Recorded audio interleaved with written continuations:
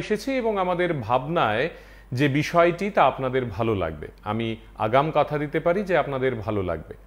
আমাদের সঙ্গে আজ স্টুডিওতে এমন একজন মানুষ, এমন একজন গুণী শিল্পী এ রাজ্যের, যিনি হাজারো বার মঞ্চে উঠেছেন, আপনারা তাকে মঞ্চে দেখেছেন, তার বাজনা শুনেছেন।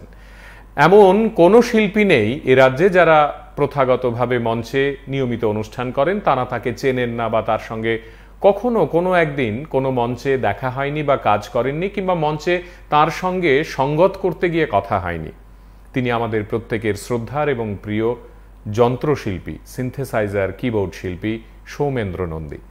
সৌমেনদা, আপনাকে আন্তরিক কৃতজ্ঞতা। আমি জানি আমি বেশিক্ষণ আপনি বলতে পারবো না, হয়তো বা তুমিতেই চলে আসবো, কিন্তু প্রথমেই অনেক অনেক ধন্যবাদ রাতকালীন সরাসরি আয়োজনে আমাদেরকে সময় দেওয়ার জন্য। সৌমেনদা, শুরু করতে চাই, আমি প্রথমেই বলে রাখতে চাই যে আজকে আমরা তোমার কাছ থেকে অনেক কথা শুনতে চাই। প্রধানত তোমার এত বছরের একটা সাংগীতিক জীবন, প্রায় 30-35 বছরের মঞ্চ জীবন, সেখানে নানাভাবে সঙ্গীত তোমাকে ঘিরে থেকেছে, বাজনা তোমাকে ঘিরে থেকেছে, এই কথাগুলো, গল্পগুলো আমরা শুনবো। শুরুতে একটু তোমার পরিবার, মানে আমরা যেটা জানি বা নিয়মিতভাবে বিভিন্ন সময়ে কথা হয়েছে যে রাধাকিশোর মানিক্যের প্রাইভেট সেক্রেটারি ছিলেন তোমার দাদুর বাবা বিপ্রচরণ নন্দী। ঠিক সেখান থেকে, মানে একেবারে পারিবারিক ওই ঘরানা থেকে যদি আমরা আজকের আলোচনা শুরু করি, তোমার বাবা, তোমার মা, তোমার দাদু, তারা কেমন ছিলেন, কারা ছিলেন, কি করতেন, সেখান থেকে একটু শুরু হোক। আমাদের আগরতলার বেশিরভাগ পরিবারের যা হয়, আদি বাড়ি ছিল বাংলাদেশ। প্রথমত ছিল ব্রাহ্মণবাড়িয়া পৈরতলা গ্রামে। সেখান থেকে কিছু রাজনৈতিক কারণে, কিছু শিক্ষার কারণে, মানে উচ্চশিক্ষার কারণে ওনারা শিফট হয়ে এলেন কুমিল্লাতে। কুমিল্লাতেই আমার দাদু, মানে 4 দাদু ছিলেন, ওনাদের পড়াশোনা। বাবারও জন্ম কুমিল্লাতেই, ঈশ্বর পাঠশালা, তারপর ভিক্টোরিয়া কলেজ, এখন খুব প্রচলিত নাম। তো সেখানে লয়ার ছিলেন আমার বাবার দাদু বিপ্রচরণ নন্দী। ওদিকের সমস্ত মহারাজের প্রপার্টি দেখা বা মামলা মোকদ্দমা যা ছিল ওইগুলি সব উনি দেখতেন, সেগুলো উনি করতেন। তো স্মৃতি হিসাবে আমার বাড়িতে এখনও মহারাজের লেখা একখানা পোস্টকার্ড আছে, যেটা যে কুশল সংবাদ জানার জন্য বিপ্রচরণ নন্দীকে লিখেছিলেন, মহারাজের স্বাক্ষর করা একটা পোস্টকার্ড আমার বাড়িতে এখনো আছে। বাহ বাহ বাহ, দারুণ, অমূল্য রতন। অমূল্য রতন বাবা খুব যত্ন করে রেখেছিলেন, আমিও সেটা এখন পর্যন্ত রাখতে পেরেছি। বাংলাদেশে আমাদের, মানে বাবার মামার বাড়িতে দত্তবাড়ি ছিল কুমিল্লাতে। তো দত্তবাড়ির একটা বিশাল পরিচয় হলো সত্যজিৎ রায়ের গুপি গায়েন বাঘাবাইন সিনেমা যদি আমরা দেখি, সেখানে প্রথমেই যখন নাম দেখানো হয়, সেখানে প্রডিউসার ছিলেন নেপাল দত্ত। নেপাল দত্ত হচ্ছেন আমার বাবার মামা। ওই দত্ত বাড়িতে বাংলাদেশে থাকতে গল্প শুনেছি। মানে তখন তো পূর্ব বাংলা পশ্চিম বাংলা ছিল না, কলকাতার সমস্ত বড় বড় মনীষীরা, রবীন্দ্রনাথ ঠাকুর এসেছিলেন ওই মামার বাড়িতে। ওইটার একটা ছবি আমার কাছে এখনো আছে আমাদের বাড়িতে, রবীন্দ্রনাথের ছবি, সঙ্গে দিনু ঠাকুর এসেছিলেন, সঙ্গে ওই মানে বাবার মামার বাড়ির লোকজন। আরে বাহ! এটারও একটা ফটোগ্রাফ আছে আমার কাছে, অরিজিনাল ফটোগ্রাফ। নেতাজি এসেছিলেন, আমার বাবা নেতাজির কোলে ওঠে মালা পরিয়েছেন গলায় ওইখানে থাকতে। এটা হচ্ছে পূর্ব ইতিহাস। কি অসাধারণ, কি অসাধারণ! মানে এই যে তুমি এগুলো শুনতে শুনতে বড় হচ্ছ বাড়িতে, এবং মা বাবা তাদের মুখে এটা শোনা যে আমি নেতাজিকে গলা, মানে বাবার মালা পরিয়েছি। বাবা একদম ছোট তখন হাফ প্যান্ট পরতেন, কোলে উঠে মালা পরিয়েছিলেন নেতাজি। ওই সেটার অবশ্য ফটোগ্রাফ নেই, গল্প শোনা। তবে রবীন্দ্রনাথ ঠাকুরের ফটোগ্রাফ আমার বাড়িতে আছে এখনো, দিনু ঠাকুর সঙ্গে বসা, আর আমাদের বাবার মামার বাড়ির লোকজন। বাবা নেই। আর কুমিল্লা বার্লার বাড়িতে বিপ্রচরণ নন্দীর ছবি টাঙানো আছে এখনো। তোমার মায়ের গল্প একটু শুনতে হবে তো। মা তো ছোটবেলা থেকেই পড়াশোনার ফাঁকে মার চাইল্ড ওয়েলফেয়ার ট্রেনিং করেছিলেন মার কাছে। মা গান শিখতেন, গান করতেন, সেলাই করতেন, নাচও করতেন একটু একটু চাইল্ড ওয়েলফেয়ার ট্রেনিংয়ের জন্য। পরে আর চাকরি করা হয়নি, পুরোপুরি সংসারী হয়ে গেছেন আমাদের নিয়ে। তো মার গলায় গান শুনেছি ছোটোবেলায় অনেক, একটু একটু নাচ করে দেখাতেন তখনকার দিনের। রামায়ণ গান গাইতে গাইতে একটু নাচ, ওই শিশুদের শেখানোর জন্য, চাইল্ড ওয়েলফেয়ার ট্রেনিংয়ের জন্য যা করতেন। তারপরে রামায়ণ গান শোনাতেন, গেয়ে গেয়ে শোনাতেন। অসাধারণ, অসাধারণ।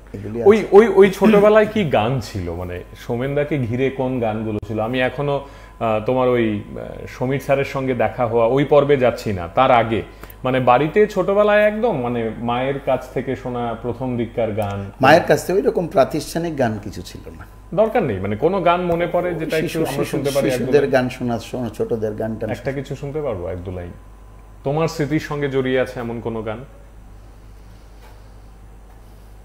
এক্ষুনি মনে করতে পারছি না। ফাইন।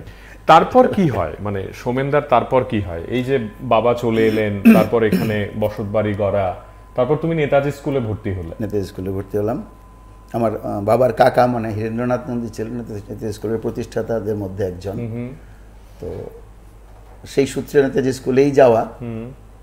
আমার জীবনের একটা স্পেশালিটি ছিল, আমি ক্লাস 3 অবধি বাড়িতে পড়েছি, ক্লাস 4-এ প্রথম নেতাজি স্কুলে ভর্তি হলাম। আচ্ছা। তো 3 অবধি মনে আছে, দাদু তো স্কুলে চাকরি করতেন, ছোট দাদু প্রত্যেক রোববার দিন বাড়িতে আসতেন। নেতাজি স্কুল থেকে ক্লাস 3 অবধি আমার জন্য স্কুলের প্রশ্ন আসতো, আর আমি ঘরের মধ্যে দরজা বন্ধ করে দিয়ে সামনে একটা টেবিল ক্লক থাকতো, 3 ঘন্টার জন্য আমার পরীক্ষা নেওয়া হতো, দাদু নম্বর দিতেন। ক্লাস 3 অবধি আমি বাড়িতে পড়েছি। এখন তো নার্সারির থেকে পড়ে, আমি ক্লাস 3 অবধি বাড়িতে পড়াশোনা করেছি। তারপর স্কুলে যাওয়া, ক্লাস 4-এ আমি ভর্তি পরীক্ষা দিলাম। ভর্তি পরীক্ষা দিয়ে মনে আছে আমি সেকেন্ড হয়েছিলাম, ফার্স্ট হতে পারিনি। ভর্তি পরীক্ষাতে আমি সেকেন্ড হয়ে ক্লাস 4-এ ভর্তি হলাম। সুমনদা একটা গান শুনি এই ফাঁকে, তারপরে আবার কথায় ফিরি। নিশ্চয়ই। আসলে আমি তো এখন জানো গান একটু কম করি। না না না, দর্শকরা শুনুক না যে সৌমেন্দ্র নন্দী শুধু সিনথেসাইজার। আমার শুরুটা তো গান দিয়ে হয়েছিল, ঠিক। এবং যুববাণী অবধি আমি রেডিওতে গান করেছি। এক্সেলেন্ট। রেডিওতে যুববাণীতে পাস করেছিলাম, সেটা কমপ্লিট করে তারপরে এখন গলা খারাপ বলে আর গান করি না। কিন্তু গান করি না বলতে পারফরমেন্স করি না, গান করি না নিজের মতো করে, নিজের মনে করে। আমরা সেটাই শুনবো আজকে। ওগো তোমার চক্ষু দিয়ে মেলে সত্য দৃষ্টি, ওগো তোমার চক্ষু দিয়ে আমার সত্য রূপ প্রথম করেছ সৃষ্টি, ওগো তোমার চক্ষু দিয়ে তোমায় প্রণাম, তোমায় প্রণাম, তোমায় প্রণাম শতবার,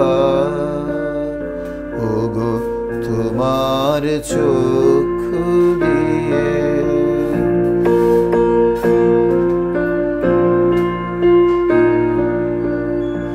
আমি তরুণ অরুণ লেখা, আমি বিমল জ্যোতির রেখা, আমি নবীন শ্যামল মেঘে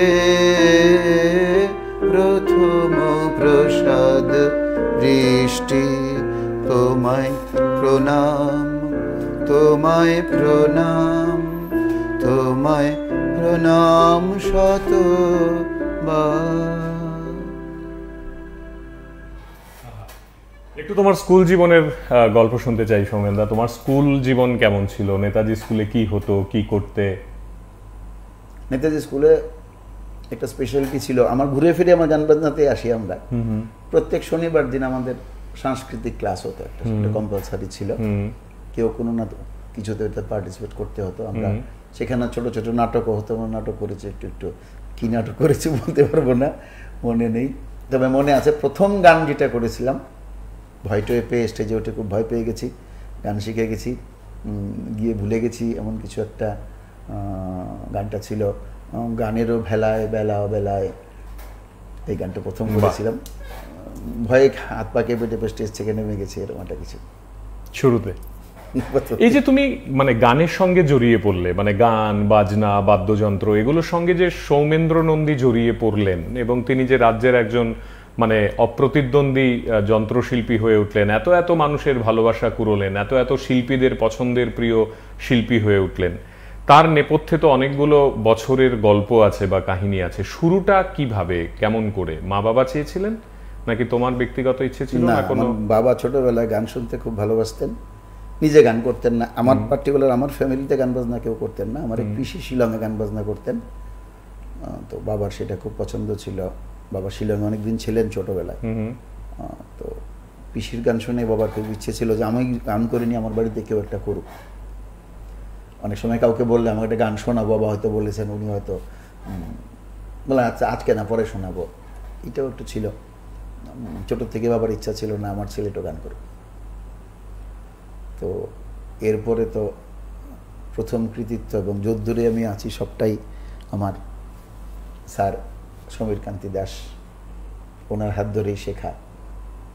আজকে যেখানে আছি, যা তুমি যা কিছু বললে, এটার জন্য পুরোটাই ওনার কৃতিত্ব।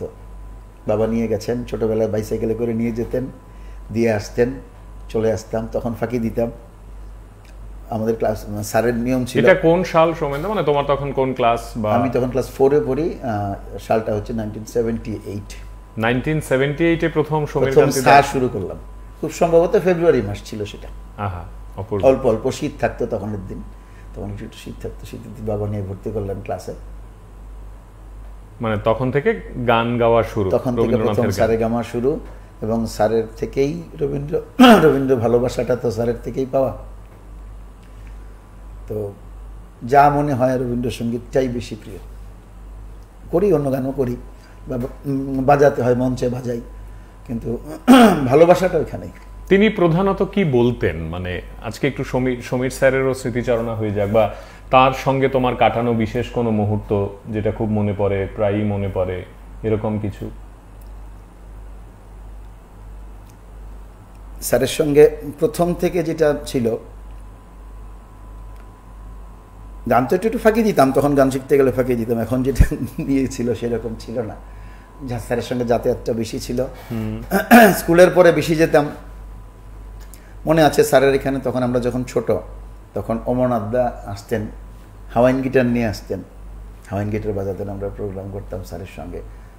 স্যারের সঙ্গে প্রথম ছন্দনীরের রবীন্দ্রনাথ মানে বড় প্রোগ্রাম বলতে তখন যেটা ছিল যাতায়াতের ক্ষেত্রে 25শে বৈশাখ ছন্দনীরের প্রোগ্রাম, সেটা সূর্যঝর্ণার বাধা ছিল ওপেনিং, সেটা ওপেনিং প্রোগ্রাম প্রথম সূর্যঝর্ণা করতো, প্রথম গানটা সূর্যঝর্ণারই থাকতো।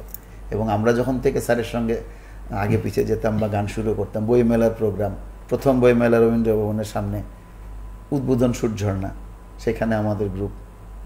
কোনো সময় স্যারের কোনো একটা দুটো অনুষ্ঠানে পরের দিকে স্যার বলতেন তুমি হারমোনিয়াম বাজাও, বাকিরা গান করবে। অমরনাথদা তখন হাওয়াইন গিটার বাজাতেন আমাদের সঙ্গে, পরবর্তীকালে কিবোর্ডও বাজাতেন। ওই তখন থেকে নেশাটা বেশি পেয়ে গেল যে না, এটা নিয়েই থাকতে হবে, গান পড়াশোনা যা করি গান ছাড়া চলবে না। বাড়িতে প্রথম দিকে হারমোনিয়াম ছিল না, খালি গলায় গান করতাম, পরে একটা ভাঙা হারমোনিয়াম জুটলো কপালে অনেকদিন পরে। এই যে সমীর, তুমি বলছো এগুলো, মানে এতগুলো বছর পরে এসে এখন যখন সমীর স্যার আর নেই, মানে তিনি হয়তোবা শরীরে নেই, আমাদের মনে আছে। আমি ওইটাই বলছি যে তিনি দেখতে পাচ্ছেন না, কিন্তু কোথাও থেকে দেখছেন সবকিছু। এরকম একটি বিশ্বাসের জায়গা থেকে তুমি যখন আজকে গান নিয়েই মঞ্চে দাপিয়ে বেড়াচ্ছ, বা যন্ত্র নিয়েই মঞ্চে দাপিয়ে বেড়াচ্ছ, সঙ্গীত নিয়ে দাপিয়ে বেড়াচ্ছ, এই প্রেক্ষাপটে সমীর স্যারের কোন কথাগুলো বা কোন আমি যদি বলি উপদেশগুলো একজন শিল্পী হিসেবে তোমার মনে হয় যে তোমাকে অনেক দূর এগিয়ে নিয়ে গেছে, বা তোমার জনপ্রিয়তার পেছনে ওই উপদেশগুলোকে তুমি শুনেছিলে বলে আজকে তুমি এতটা পারফর্ম করতে পারছো, সেটা কি মনে হয়? এটা একটা কথা, কারণ আমি খোলা মনেই বলছি, কারণ আমার তো এখন গান থেকে বাজনার দিকে, মানে যদ্দূরই বলো যাই করছি বাজনা নিয়ে বেশি করছি। তো গুরুরা সাধারণত, স্যারের কাছে আমি গান শিখেছি, কিন্তু এক্সেপশনাল হচ্ছে স্যার যখন দেখলেন যে আমি বাজনা শুরু করলাম, তখন স্যার আমাকে বরাবরই বলতেন ঠিক আছে, তোমার যখন বাজনাটা ভালো লাগে তুমি এটা করো না, কোনো অসুবিধার কিছু নেই, মানে গানই করতে হবে এমন কিছু ব্যাপার না। ঠিক। বন্ধু আছেন সঙ্গে, একটু কথা বলার চেষ্টা করি। কে আছেন? নমস্কার। হ্যাঁ,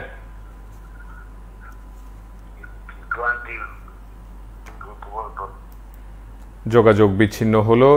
সরাসরি টেলিফোন করে যারা কথা বলবেন, বিষয়ে কথা বলতে হবে। সময় একটা গান শুনিয়ে থাকে, তারপর আবার কথায় ফিরি। কিন্তু ওই কথাটা শেষ করে তারপর যাব গানে। কোন উপদেশটা তোমাকে সত্যি অর্থে গানের মিউজিকের সঙ্গেই থাকো, গানটা যদি তোমার গলায় ঠিকমতো পারমিট না করে তুমি যন্ত্রে থাকো, এবং স্যার নিজে আমাকে উৎসাহ দিতেন তখন। দারুণ দারুণ। বন্ধু আছেন, একটু দেখে নিই যদি কথা বলা যায়। কে আছেন? নমস্কার। নমস্কার, কে বলছেন? যোগাযোগ বিচ্ছিন্ন হলো। এদিকে শঙ্কর্ষণ শিল্পী তিনি লিখেছেন, খুব ভদ্র মানুষ সৌমেনদা, সত্যি সত্যি মেধাবী লোক। আমাদের আজকের এই আয়োজনে মৃদুল সাহা তিনি ভালোবাসা জ্ঞাপন করেছেন। এদিকে শিল্পী অমর ঘোষ তিনি লিখছেন, সৌমেনকে দেখে খুব ভালো লাগলো, আদ্যপান্ত সাংস্কৃতিক ব্যক্তিত্ব, নিরবিচ্ছিন্নভাবে নিজেকে এবং উত্তরসূরিদের সংস্কৃতি চর্চার নানা শাখায় জড়িয়ে রেখেছে। আমি গর্বিত, সৌমেন আমার বন্ধু মানুষ। শুভ্ররাত্রিকে অনেক অনেক ধন্যবাদ ও ভালোবাসা জানাই। কমেন্ট করছেন সবাইকে আমার তরফ থেকে অনেক ধন্যবাদ। সৌমেনদা কি শুনবো? হ্যাঁ, বর্ষাকাল চলছে, একটা বর্ষার গান করি প্লিজ। তাপের তাপের বাঁধন কাটুক রসের বর্ষণে, হৃদয় আমার শ্যামল বধুর করুণ স্পর্শ নে। তাপের তাপের বাঁধন কাটুক রসের বর্ষণে,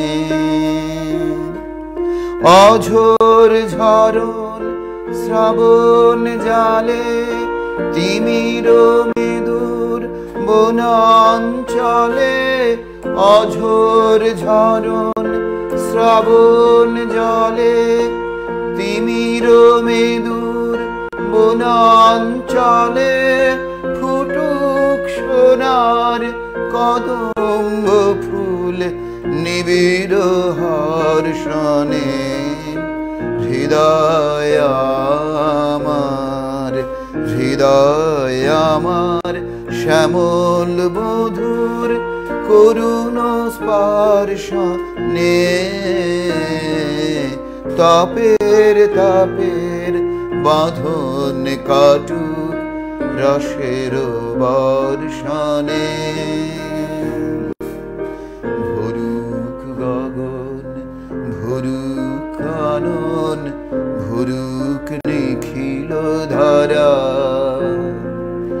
দেখুক ভুবন মিলন স্বপন মধুর বেদনা ভরা,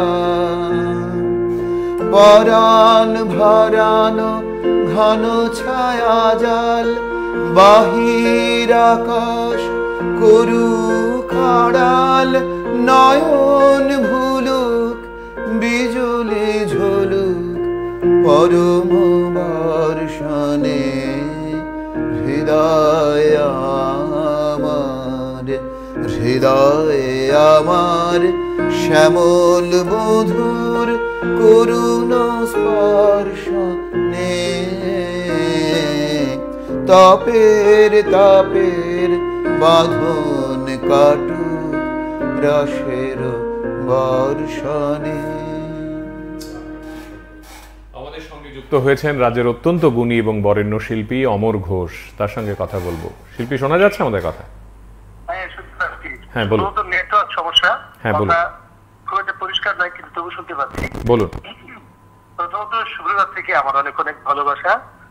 শুভরাত্রি আমাদের সবারই একটা অত্যন্ত ভালো লাগার, ভালোবাসার প্রিয় অনুষ্ঠান, এবং আজকে বিশেষ করে আমার বন্ধু সৌমেনকে দেখে খুব ভালো লাগছে এই জন্য, কারণ সৌমেন এবং তার যে পরিবার আমাদের রাজ্যের সংস্কৃতি জগতের অঙ্গনে, তারা সবাই নানাভাবে জড়িয়ে রয়েছে।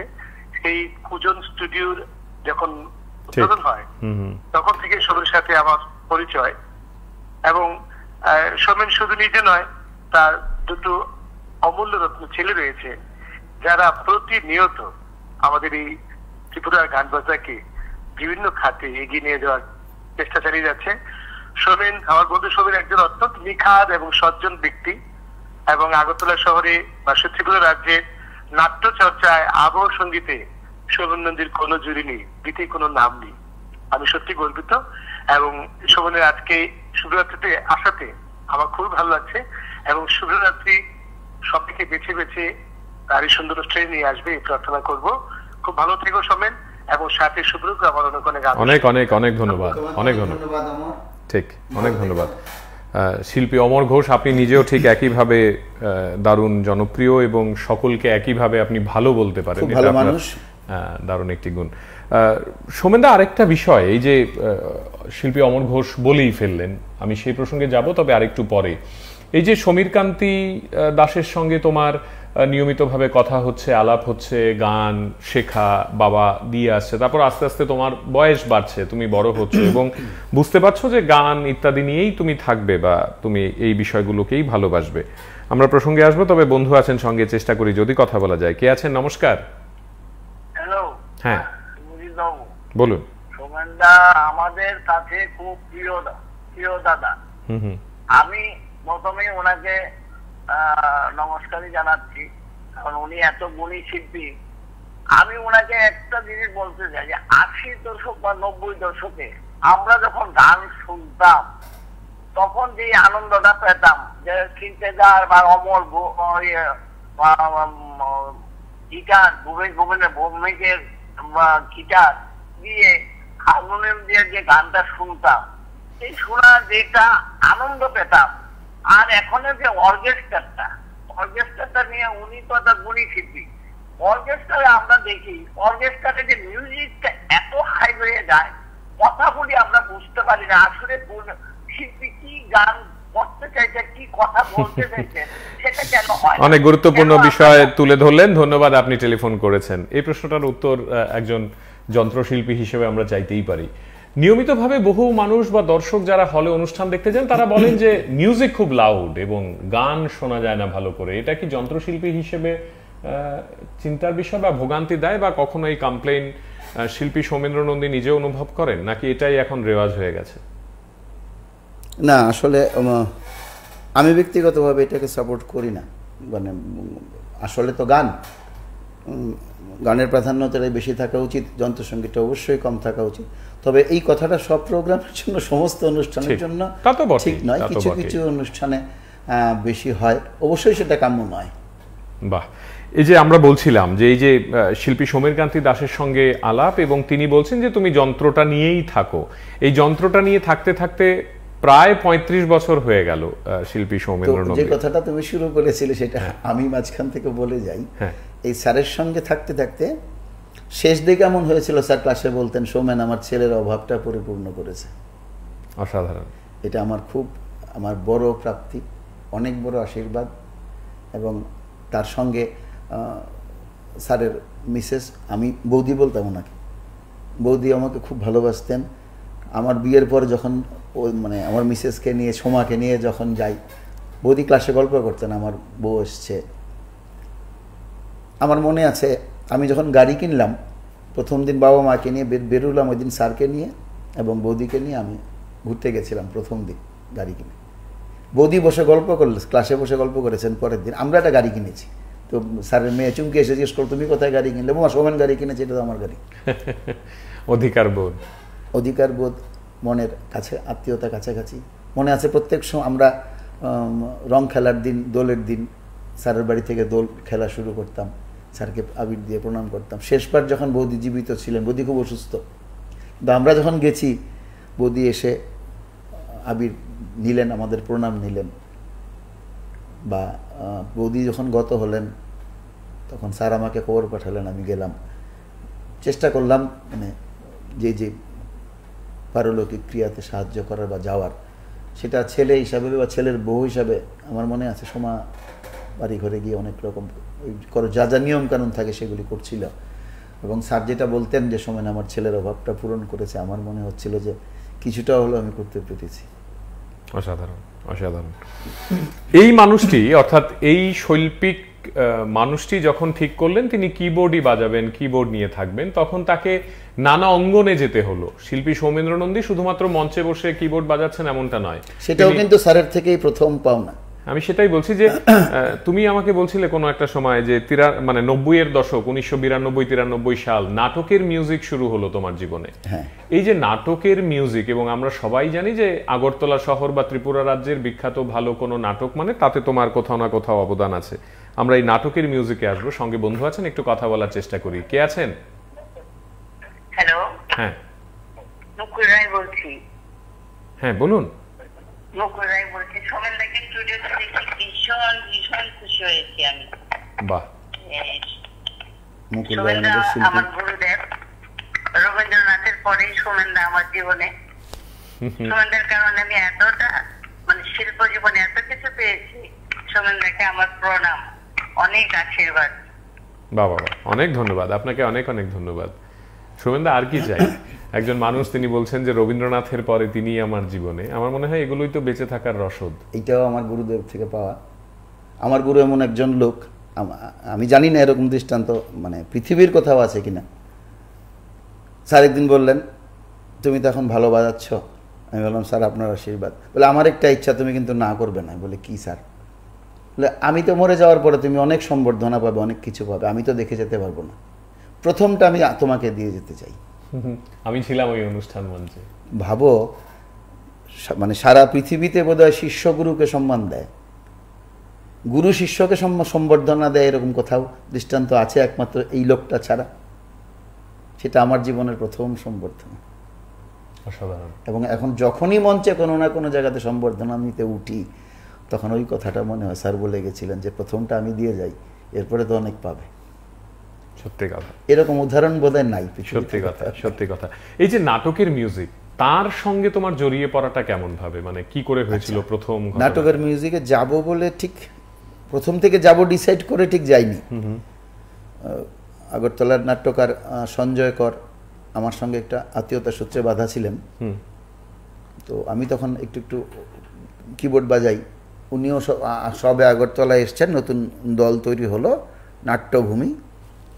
তো নাট্যভূমির প্রথম নাটকে সঞ্জয় দা আমাকে ডেকে বললেন, তুমি কি আমাদের সঙ্গে নাটকের আবহে থাকবে? তো আমি বললাম, সঞ্জয় দা, আমি তো এরকম বড় নাটকের কাজ করিনি, কোনো সময় বড় মঞ্চে কাজ করিনি। ঠিক আছে, আপনি যখন বলছেন দেখি চেষ্টা করি, আপনি সাহায্য করবেন, আপনার অভিজ্ঞতা আমার দরকার, আপনার সাহায্যটা, ঠিক আছে চলুন চেষ্টা করি। সেই প্রথম নাটক, সেটা নাট্যভূমিরও আগরতলার প্রথম প্রযোজনা, এবং সেটা আমারও রবীন্দ্র ভবনের বড় মঞ্চের প্রথম নাটক। নাটকটার নাম ছিল আরোহণ, চন্দন সেনগুপ্ত, খোয়াই চন্দন সেনগুপ্তের লেখা। অনেক বছর আগের কথা, অনেক বছর আগের কথা। সেটা সনটা মনে করতে পারছি না। অসুবিধা নেই, আমরা একটা কিছু শুনবো, তারপর আবার কথায় ফিরবো। অনেক কথা তোমার কাছে, অনেক অনেক ঘটনা। কি শুনবো? ঠিক আছে, একটু অল্প শ্রুত একটা গান শোনাই। রবীন্দ্রনাথের গান তো অবশ্যই একটু অল্প শ্রুত।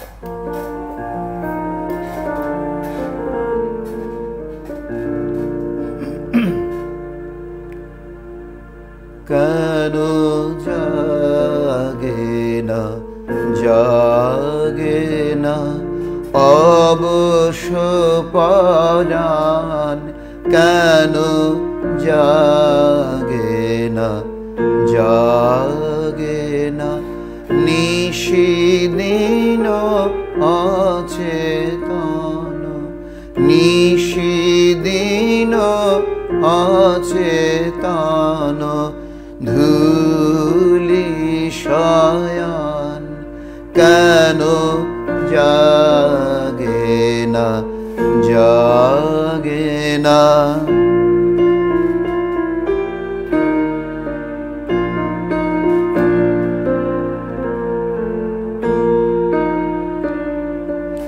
জাগিছে তারা নিশীথ আকাশে, জাগিছে তারা নিশীথ আকাশে, জাগিছে শত অনিমেষ নয়ন, কেন জাগে না, জাগে না।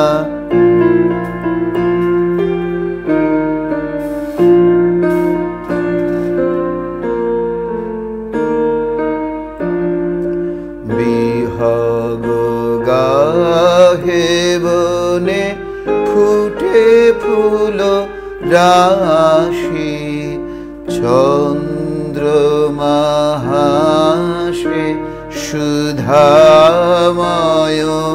হাসে। তব মাধুরী কেন জাগে না প্রাণে, তব মাধুরী কেন জাগে না প্রাণে, কেন হেরি না তব প্রেম বয়ান, কেন জাগে না, জাগে না।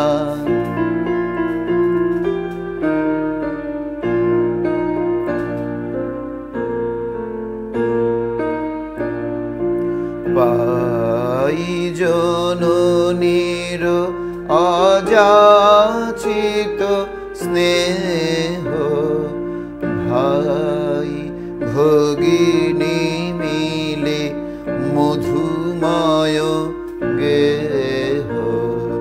পাই জননীর অযাচিত স্নেহ, ভাই ভগিনী মিলে মধুময় গেহ। কত ভাবে সদা তুমি আছো হে কাছে, কত ভাবে সদা তুমি আছো হে কাছে, কেন করি তোমা হতে দূরে প্রয়াণ, কেন জাগে না, জাগে না অবশ্য পরাণ, কেন জাগে না, জাগে না। আহা, অপূর্ব। সোমেনদা, এই যে নাটক, শ্রুতি নাটক, আবৃত্তি, মানে ধীরে ধীরে এই প্রত্যেকটি অঙ্গনে তোমার উপস্থিতি আমরা লক্ষ্য করতে পারি। ভালোবাসাটা খুব বেড়েছে আস্তে আস্তে। ঠিক। এই যে শ্রুতি নাটক এবং আবৃত্তি, আমি যদি পৃথকভাবে এই দুটো শিল্প মাধ্যমের কথা বলি, নাটকের পাশাপাশি গানের পাশাপাশি এই দুটো জায়গাতেও তুমি সমানভাবে সক্রিয়, মানে নিয়মিতভাবে এ রাজ্যে যারা বাচিক শিল্পের সঙ্গে যুক্ত, কারোর সঙ্গে তুমি কখনো কোনোদিন কোনো অনুষ্ঠান মঞ্চে বাজাওনি এমনটা বোধহয় নেই। প্রত্যেক গুণী বাচিক শিল্পীরা তোমার সঙ্গে কোথাও না কোথাও তাদের আয়োজনের সঙ্গত নিয়েছেন। এটা কিভাবে এলো, মানে এই জায়গাটাতে তুমি কিভাবে প্রবেশ করলে? ওই যে বললাম নাটকটা শুরু করেছিলাম, নাটকের থেকে আস্তে আস্তে শ্রুতি নাটক, আবৃত্তি, এগুলির দিকে আস্তে আস্তে ঝোঁকটা বাড়লো। কেন বাড়লো? আমার মনে হয় যে গান যেমন একটা বাধা ধরা থাকে, এই সুরে, এই তালে, মানে এর বাইরে আমার যাওয়ার সুযোগ নাই, এই তালেই গাইতে হবে, এই সুরটা নিয়েই গানটা করতে হবে। কিন্তু আবৃত্তি নাটকে যখন কাজ করি, কিছু ক্রিয়েটিভ কাজ করার সুযোগ থাকে, নতুন নতুন চিন্তা, নিজের মতো করে ভাবনা, এই কবিতাটার সঙ্গে কি ধরনের আবহ তৈরি করলে ভালো লাগবে। আগে একরকম ভাবনা হতো, এখন আস্তে আস্তে ভাবনাটা পরিবর্তন হচ্ছে। অ্যাম্বিয়েন্স তৈরি করার জন্য কি মিউজিক দেওয়া যায়, কি দিলে এই নাটকের এই দৃশ্যে কি মিউজিকটা ভালো লাগে, এগুলো নিয়ে তুমি ভাবো কখন? মানে প্রধানত এই কাজগুলো নিয়ে, বা যখন কোনো স্ক্রিপ্ট তুমি হাতে পাও, একসঙ্গে দুটো তিনটে কাজ থাকে, পরপর দুটো তিনটে চারটে অনুষ্ঠান থাকে, এখন কি এটা একটা গদবাঁধা নিয়মে পরিণত হয়েছে, নাকি এগুলোর জন্য তুমি আলাদা আলাদা করে সময় দাও? আলাদা আলাদা করে আমি সময় দিই।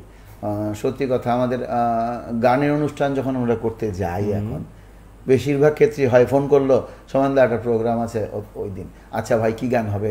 রবীন্দ্রনাথের গান। বেশিরভাগ আমি রবীন্দ্রনাথের গানই ডাক পাই বেশি, যেহেতু আমার ভালোবাসাটা বেশি, ওইখানেই সবাই ডাকে। ওটার জন্য একরকম চিন্তা ভাবনা থাকে, খুব বেশি চিন্তা এখন করতে হয় না। ঠিক। বন্ধু আছেন সঙ্গে, একটু কথা বলার চেষ্টা করি। কে আছেন? নমস্কার। আজকে আপনাদের প্রোগ্রামে গুণী শিল্পীকে শত সহস্র প্রণাম। উনি খুব সুন্দর মনের কথা বলছেন, গান করছেন, দেখলাম শুধু ইনস্ট্রুমেন্ট। তো ওনার কাছ থেকে আমাদের জানার যে আমরা দেখি বর্তমান যুগে উনি যে গান করেন, উনি কি ধরনের সাউন্ড বক্স ব্যবহার করে থাকেন। যদি বর্তমান যুগে যে সাউন্ড বক্স বের হয়েছে, ধরেন 5 কিলোমিটার দূর থেকেও শোনা যায়, আমরা ঘরে বসে থাকতে পারি না। ধরেন বাড়িতে একটা বৃদ্ধ লোক আছে অসুস্থ, ওনার খুব যন্ত্রণা, ওনাকে নিয়ে থাকাটা বড়। না, আমার মনে হয় আপনি যেটা বলছেন, আপনি যে জায়গাটা নিয়ে কথা বলছেন সেটার সঙ্গে শিল্পীর তো সরাসরি কোনো যোগাযোগ নেই। তিনি ঘরে কি সাউন্ড বক্স ব্যবহার করেন বা এখন যন্ত্রপাতি ইত্যাদি কতটা মানে দারুণভাবে উন্নতি হয়েছে এগুলো নিয়ে তিনি কথা বলতে পারবেন, যেহেতু সোমেনদার একটি স্টুডিও রয়েছে।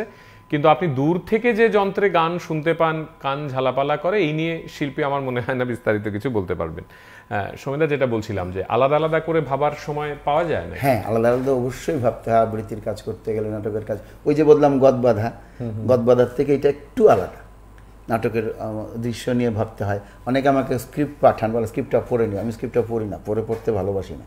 আমি দেখে যখন মিউজিক করি, ওই আবহটাকে তৈরি করতে আমার খুব ইজিও হয়, খুব ভালোও লাগে। তো এই কারণে সময় দিই।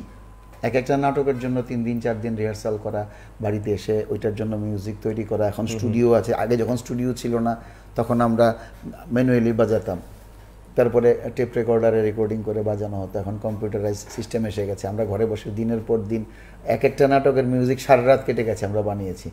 ডিরেক্টররা আসেন, এখনও আসেন। কেউ হয়তো খাওয়া দাওয়া করে 10টার সময় চলে এলেন, আমরা সারা রাত ধরে মিউজিক কম্পোজ করলাম। ভোরবেলা উনি চলে গেলেন, আমি এসে আমার কাছে আবার পরের দিনের কাজ শুরু করলাম। পরিশ্রম করতে হয়, নাটকের জন্য খুব পরিশ্রম করতে হয়। এটার জন্য আলাদাভাবে খাটতেও হয়, সময়ও দিই আবৃত্তির জন্য, নাটকের জন্য মিউজিক প্রিপেয়ার। স্টুডিও মানে আমাদের রাজ্যে স্টুডিও যদি আমরা বলি, এই কনসেপ্টটা যেখানে গিয়ে লোকজন বা শিল্পীরা রেকর্ড করবেন কোনো কিছু, তাদের গলা তারা নিজেরা শুনবেন, এইরকম একটি মানে অবস্থার জন্ম যখন হচ্ছে আমাদের এই শহরে, তখন এই শহরে অনেক কিছুই নেই। কুজন স্টুডিও যখন এই শহরে এসছে, তখন এই শহর তো আর আজকের শহর না। এটা কোন সাল সোমেনদা কুজন স্টুডিও তার যাত্রা শুরু? সেটা হচ্ছে নভেম্বরের 10 তারিখ 1992 সাল। 1992 সাল, এতগুলো বছর। এর আগে প্রথম স্টুডিও একটা ছিল, সেটা হচ্ছে আমাদের অবশ্যই শ্রদ্ধেয় ব্যক্তিত্ব আমাদের প্রভৃতাংশু দাসের বাবা হরিপদ দাস, উনি প্রথম স্টুডিও করেছিলেন ওনার বাড়িতে। এই যে 32 বছর হয়ে গেল কুজন স্টুডিওর, কুজন স্টুডিওটা কেন করতে হলো, কাদেরকে নিয়ে করতে হলো, কি তাগিদ ছিল এটা করার?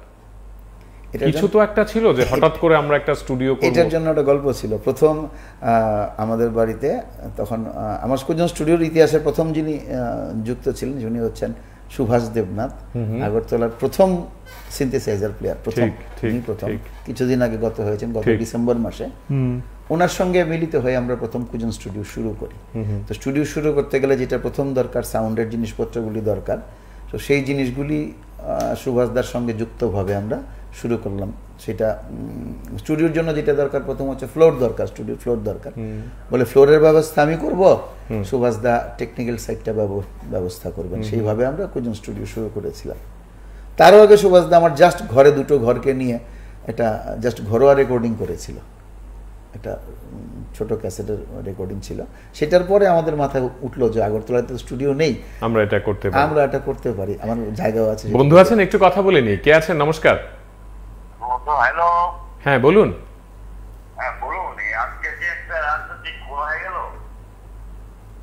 এটা অন্য বিষয়, আমরা অন্য আরেকটি বিষয় নিয়ে কথা বলছি, বিষয়ে থাকতে হবে। হ্যাঁ, তারপর সুভাষদাকে নিয়ে প্রথম স্টুডিও শুরু করলাম। স্টুডিওর নামটাও সেই ঘুরে ফিরে এক জায়গা থেকে এলো, সমীর কান্তি দাস স্যারের দেওয়া স্টুডিও। স্টুডিওর নাম কুজন স্টুডিও। স্যারের হাত দিয়ে ফিতে কেটে স্টুডিও শুরু হলো। এবং আমার মনে আছে তো সেদিন বিকেল থেকে সাংস্কৃতিক অনুষ্ঠান দিয়ে স্টুডিওর জয়যাত্রা শুরু হয়েছিল। আগরতলার কোনো শিল্পী বাদ ছিলেন না যারা আসেননি সেই স্টুডিও উদ্বোধনে। অনেকেই এখন আজকে আমাদের মধ্যে, অনেকে নেই, অনেকে আছে, পরবর্তী প্রজন্ম যুক্ত হলো। তখন স্টুডিও একরকম সিস্টেমে চলতো। এরপরে সুভাষদার হাত ছেড়ে আমরা পরবর্তীকালে সুভাষদার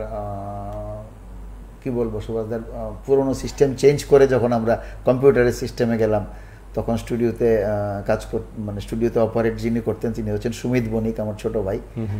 উনিও শিল্পী, আগরতলা অনেকে চেনেন। ঠিক।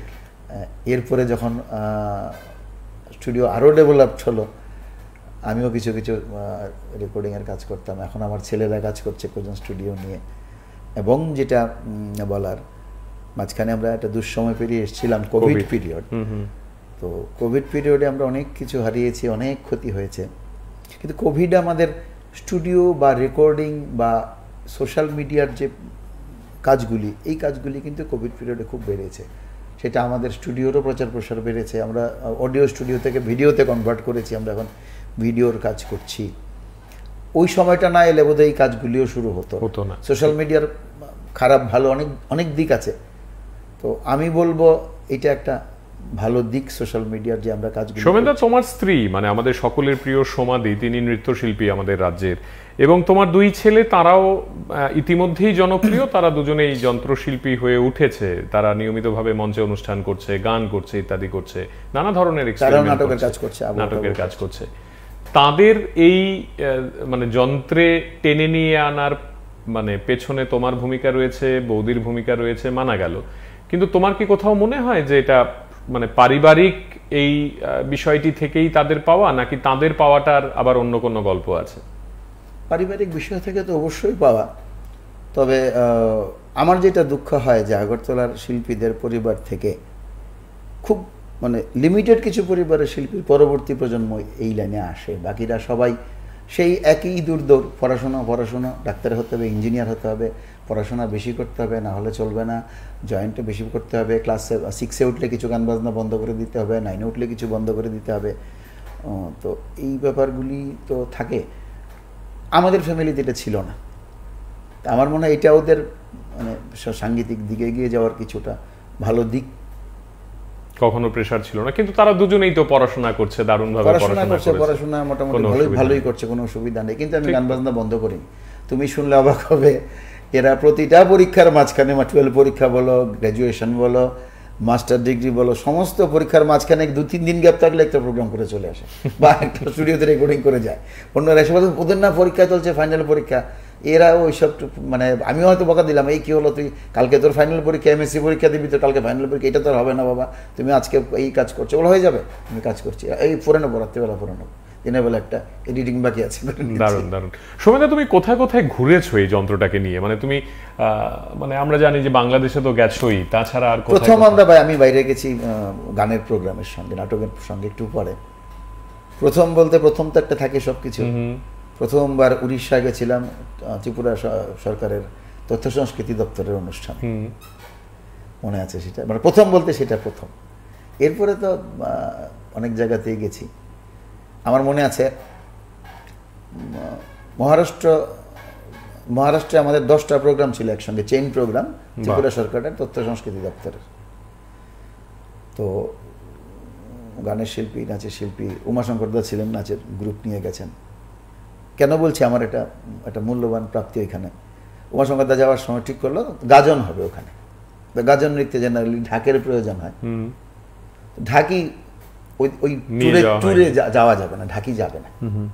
তো এই যন্ত্রে একটা ঢাক সাবস্টিটিউট, একটা ঢাক বাজানোর ব্যবস্থা আছে। তো আমি বললাম উমাশঙ্কর দা, আপনি নাচের জন্য গাজনটা রাখতে পারেন, আমি আপনাকে ঢাকের ভ্যারাইটি বাজনা করে দেবো, তুমি পারবে? বলে হ্যাঁ।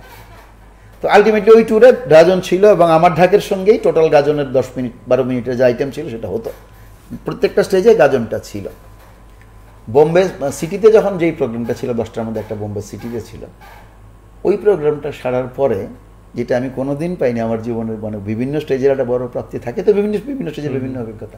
বয়স্ক একজন ভদ্রলোক ওই দেশি এসে আমার হাতটা ধরলেন, প্রথম হাতটা ধরে আমাকে বললেন যে এই যন্ত্রটা বোম্বে শহরে আমরা বহু বছর ধরে দেখছি, অনেক কিছু বাজে, গান বাজে, বাজনা বাজে, মিউজিক বাজে, রিদম বাজে, তাল বাজে, ঢাক তো কখনো শুনিনি। এরপরে যে কথাটা বললেন, বলে আমি নাচ দেখিনি, আমি দেখছিলাম ঢাকের বাজনার সঙ্গে আপনার আঙ্গুলগুলি কিভাবে চলছে। একটু কি শুনবো আমরা? অল্প একটু শুনি। ঢাকের বাজনাটা এক্ষুনি নাচ ছাড়া তো ওই এফেক্টটা হবে না। ঠিক আছে, আমি জাস্ট সামনে পুজো এমনি একটু দেখাই যে এইরকম ছিল তখন। এটা দিয়ে আমি ভ্যারাইটি তখন কাজ করেছিলাম।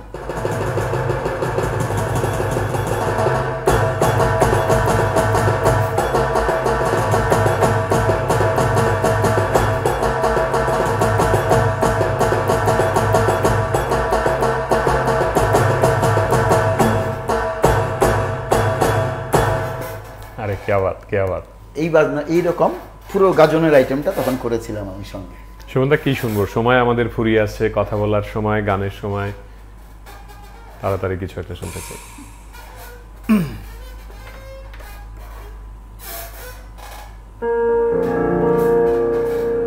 ছোট্ট একটা গান শুনে। এরা পরকে আপন করে আপনারে পার, এরা পরকে আপন করে আপনারে পার। বাহিরে বাঁশির রাবে ছেড়ে যায় ঘর, এরা পরকে আপন করে আপনারে পার। ভালোবাসে সুখে দুঃখে ব্যথা সহে হাসি মুখে, ভালোবাসে সুখে দুঃখে ব্যথা সহে হাসি মুখে। মরণের করে চির জীবন নির্ভর, আর এরা পরকে আপন করে আপনারে পার, এরা পরকে আপন করে আপনারে পার। কি সুন্দর, কি সুন্দর। সোমেনদা, আমার একটা ঘটনা বলতে ইচ্ছে করছে, দর্শকরাও জানুক এবং তোমার মনের কথাটা শুনতে চাই। আমি জানি এই শহরে একটি অনুষ্ঠানে তুমি অনুষ্ঠানে যাচ্ছ, তখন তোমার একটি স্কুটি, তোমার ওই ভেসপা স্কুটারটার কথা আমরা সবাই জানি, কিন্তু ওই স্কুটিতে তোমার একটি অ্যাক্সিডেন্ট হয় রাস্তায়। সিনথেসাইজার তোমার সঙ্গে, তুমি হলে যাবে, খুব সম্ভবত অর্কদূতের অনুষ্ঠান, একটি কবিতার অনুষ্ঠান, সেখানে তুমি যাচ্ছ এবং তোমার হাত ভেঙে যায়। তুমি মঞ্চে ওই হাত ভাঙা অবস্থায় একটি দড়িকে কেন্দ্র করে সেই হাতকে কোনো রকমভাবে বেঁধে তুমি পুরো অনুষ্ঠানটা করলে এবং তারপর ফিরে এসে তুমি ডাক্তার দেখিয়ে তারপর হাত ব্যান্ডেজ করলে। এই যে অসম্ভব রকমের একটি তেজি মনোভাব একজন শিল্পীর, এটা তো সাধারণত মানে জওয়ানদের হয় বা আর্মিতে দেখা যায়, কিন্তু একজন শিল্পী তিনি তো বলতেই পারতেন যে আমার হাত ভেঙে গেছে, আমি কি করে বাজাবো, এটা তো অ্যাক্সিডেন্ট, অ্যাক্সিডেন্ট মানে তো অ্যাক্সিডেন্টই। সেটা শিল্পীরা তখন মেনেও নিতেন হয়তো বা মঞ্চে, দ্বিতীয় কোনো তাদের কাছে পন্থা ছিল না। কিন্তু এইভাবে গিয়ে একটি অনুষ্ঠান করা এবং নিজেকে সেখানে প্রেজেন্ট করা, বুঝতে না দেয়া, ওই যন্ত্রণাটা সহ্য করা, পুরো অনুষ্ঠানে থাকা, এটা কি করে সম্ভব সোমেনদা? সেদিন সন্ধ্যাবেলায় যথারীতি যাচ্ছি, তুমি তো দেখেই থাকো আমার স্কুটারের সিনথেসাইজার থাকে সামনে, স্ট্যান্ডটা ছিল এবং অর্কদূতির বাৎসরিক প্রোগ্রাম, সেখানে আবৃত্তি আছে, ছোটদের নাটক আছে। ওই যে বললাম প্রচুর রিহার্সাল করে তৈরি করা, অনেক দিনের পরিশ্রম, ওদের অনেক দিনের পরিশ্রম, আমারও অনেক দিনের পরিশ্রম তৈরি করা, সঙ্গে ল্যাপটপটা কাঁধে ছিল। তখন ফায়ার ব্রিগেড চৌমুনিতে আমাদের ফ্লাইওভারের কাজ চলছে, ওইখানে কোনো একটা কিছু একটা ছিল বোধে বালি টালি, ওটার মধ্যে স্কুটারের চাকাটা স্লিপ করলো, পরে গিয়ে এখানে ব্যথা পেলাম, পরে দেখি আমি উঠতে পারছি না। ট্রাফিক পুলিশ এসে আমাকে ধরে তুললো। তো যাই হোক, যন্ত্রগুলির কিছু হয়নি, যথারীতি উঠে দাঁড়াতে পেরেছি, আমি স্কুটারটা তুলতে পারছি না, ওরাই তুলেছে স্কুটার। কি ভয়ঙ্কর! ছুটে এসছে, এরা কাজ করছে যারা কর্মীরা এসছে, ট্রাফিক পুলিশ এসে তুললো স্কুটি তুলে। আমি কোনো মতে, মোবাইলটা পকেটে ছিল, মোবাইল তুলে সুমিতকে ফোন করলাম, সুমিত আমার এমন অ্যাক্সিডেন্ট হচ্ছে, তুই আয়। ফায়ার ব্রিগেড এসে সুমিত আমাকে রিক্সাতে করে তুলে নিয়ে গিয়ে রবীন্দ্র ভবনে পৌঁছালো, স্কুটার পরে রইল ফায়ার ব্রিগেড।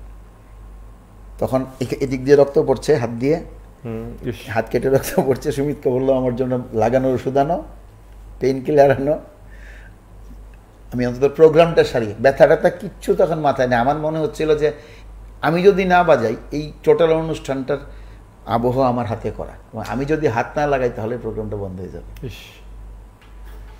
সাউন্ডের ছেলে, আমরা চিনি ওকে, ওর নাম হচ্ছে বিজন, শিশিরদার সঙ্গে কাজ করে। বিজন এসে আমাকে বললো, দাদা আপনার তো হাত এই জায়গাটা ভেঙে গেছে মনে হচ্ছে, আপনি এটা কিছু অ্যাটলিস্ট গলায় ঝোলান হাত। তাহলে কী দিয়ে ঝোলাবো? ওরা আমার মনে আছে স্টেজের কাপড় এক্সট্রা কাপড় নিয়ে এসে কালো একটা কাপড়ের টুকরো দিয়ে হাতটা বেঁধে দিল এখানে।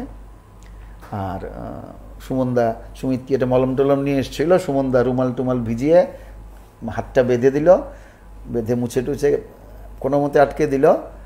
আর হাত ঝোলানো এদিকে, সামনে ল্যাপটপ বসানো, ওরা সব ল্যাপটপ লাগিয়ে দিল। যাই হোক, প্রোগ্রামটা হলো। আমি সেদিন মঞ্চে উঠিনি। আমি বললাম, তো হাতের এরকম অবস্থা, দেখতে খুব বাজে লাগবে।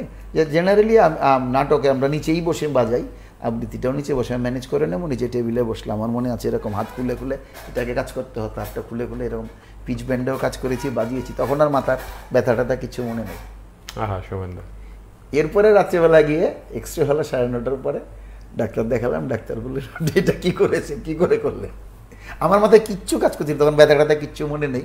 আমার একটাই কাজ করছিল যে আমি না বাজালে এই যে অর্কদ্যুতির যে পুরো অনুষ্ঠান, এদের 6 মাস ধরে প্রস্তুতি চলে একটা অনুষ্ঠান, এটা হবে না। সোমেনদা, এই সাংগীতিক জীবনে আমি যদি বলি, কাদের সঙ্গে মঞ্চে বাজানোর সৌভাগ্য বা সুযোগ তোমার হয়েছে? আমাদের রাজ্যের বরেণ্য শিল্পীরা তো রয়েছেনই, আমি যদি তার বাইরে একটু যাই, পশ্চিমবঙ্গ, বাংলাদেশ, সেই সব জায়গাগুলোর কথা উল্লেখ করলে কাদের নাম মনে পড়ে চট করে? সবচেয়ে বয়স্ক যে শিল্পীর সঙ্গে আমি বাজিয়েছি, উনি আমার জন্মের আগে তো অবশ্যই, আমি জানি না আমার বাবাদের কত বয়সে উনি মানে টপ শিল্পী ছিলেন। উনি এক সময় বড় নায়িকা ছিলেন বাংলার, এবং বহু আর্ট ফিল্ম, বহু বড় বড় ফিল্মে উনি অভিনয় করেছেন। পরবর্তীকালে উনি গানের শিল্পী হয়েছিলেন। ওনার নাম হচ্ছে গীতা ঘটক। বাহ! গীতা ঘটক আমার জন্মের আগে তো অবশ্যই শেষ বয়সে পেয়েছিলাম। তথ্য সংস্কৃতি দপ্তর রবীন্দ্র জন্ম জয়ন্তী উপলক্ষে ওনাকে আমন্ত্রণ জানিয়েছিলেন। সবচেয়ে বয়স্ক শিল্পী যা তুমি বললে, যে এর থেকে সিনিয়ররা শিল্পী আমার জীবনে জোটেনি। উনি হচ্ছেন গীতা ঘটক। সঙ্গে তবলায় ছিলেন আগরতলা শহরের কুনি শিল্পী জহর ব্যানার্জি, পারকাশনে কেউ একজন ছিলেন মনে নেই। গীতা ঘটকের সঙ্গে 3টে মঞ্চ আমরা আগরতলা শহরে করেছি। বাংলাদেশ থেকে এসেছিলেন নীলুফার ইয়াসমিন, উনি মানে তৎকালীন সবচেয়ে সিনিয়র আর্টিস্ট। পদ্মাগমত উৎসবে এসেছিলেন, টাউন হলে ওনার সঙ্গে বাজিয়েছি। লোপামুদ্রা মিত্রের যখন প্রথম ক্যাসেট বেরোয়নি, মানে লোপামুদ্রা যখন লোপামুদ্রা হয়নি, তখন উনি আগরতলা সরকার, ত্রিপুরা সরকারের আমন্ত্রণে এসেছিলেন, তখনও বাজিয়েছে। তখন ওনার সঙ্গে বাজিয়েছিলাম। তখন ওনার সঙ্গে এসেছিলেন ওনার সেই প্রথম ক্যাসেটের যিনি সুরকার ছিলেন, সমীর চট্টোপাধ্যায়। উনি এসেছিলেন সঙ্গে, সমীর চট্টোপাধ্যায়ের সুরে প্রচুর গান লোপামুদ্রার প্রথম দিকের অ্যালবামে, উনিও এসেছিলেন সঙ্গে, ওনার সঙ্গে বাজিয়েছি। নাটকের শিল্পীদের সঙ্গে বাজিয়েছি। শ্রাবণী সেনের কথা খুব মনে পড়ে। শ্রাবণীদের সঙ্গে প্রথম স্বপন মন্দির একটা অনুষ্ঠানের আমন্ত্রণে উনি এসেছিলেন, ওনার সঙ্গে প্রথম বাজিয়েছিলাম। এরপরে ওনার এত ভালো লেগেছিল, এরপরে উনি যখনই আসতেন আমাকে ফোন করতেন, সোমেন আমি ওই ডেটে আগরতলায় প্রোগ্রামে আসছি। বেশিরভাগই উনি আগরতলা যন্ত্রসঙ্গীতের শিল্পীদের সঙ্গেই করতেন। একবার দুবার বোধহয় নিজের ইনস্ট্রুমেন্ট নিয়ে এসেছিলেন। তোমার বেস্ট মোমেন্ট আমি যদি বলি, এত শিল্পীদের সঙ্গে তুমি বাজিয়েছো, তাদের সান্নিধ্য পেয়েছো, মঞ্চে তাদের সঙ্গে বাজাচ্ছো, রাজ্যের শিল্পীদের সঙ্গে বাজাচ্ছো, এই তো শ্রাবণীর সঙ্গে বেস্ট মোমেন্ট মনে পড়ে। শ্রাবণী দিয়ে গাইছিলেন তখন, খুব সম্ভবত সুকান্ত একাডেমির মঞ্চে, টপ্পা, শুধু তোমার বাণী নয় গো হে বন্ধু হে প্রিয়। ওই গানটা বাজানোর পরে, মানে মিউজিকগুলি বাজানোর পরে উনি এতটাই আপ্লুত হয়েছিলেন, আমি জানি না কোনো মঞ্চে এমন হয় কি না। আমি ডান দিকে বসে বাজাই, উনি বাঁ দিকে দাঁড়িয়ে হারমোনিয়াম নিয়ে গান করেন। উনি ওই গানটার পরে প্রোগ্রাম চলাকালীন ওইখান থেকে ঘুরে, আমার মনে আছে হারমোনিয়ামের সামনে দিয়ে ক্রস করে এদিক দিয়ে এসে আমার সঙ্গে হাত মিলিয়ে গেছেন। সোমেনদার শেষ গান আজকের এই অনুষ্ঠানের 2 লাইন কি? তাহলে শ্রাবণীদের ওই গানটা দিয়ে শেষ করবো, যেটা উনি আমাকে অ্যাপ্রিসিয়েট করেছিলেন। প্লিজ 2 লাইন গাইবো ব্যাস। শুধু তোমার বাণী নয় গো হে বন্ধু হে প্রিয়, মাঝে মাঝে প্রাণে তোমার পরশখানি দিও।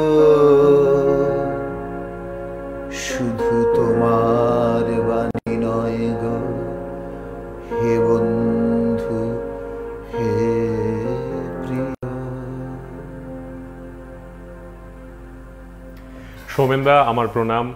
আমাদের এই রাজ্যের আমরা যারা গান, কবিতা, নাটক, নাচ ইত্যাদি বিষয়গুলোকে ভালোবাসি বা ভালোবাসেন যারা, তারা সবাই তোমাকে ভালোবাসুন এবং তোমার প্রতি সকলের শ্রদ্ধা ভালোবাসা একই রকম থাকুন।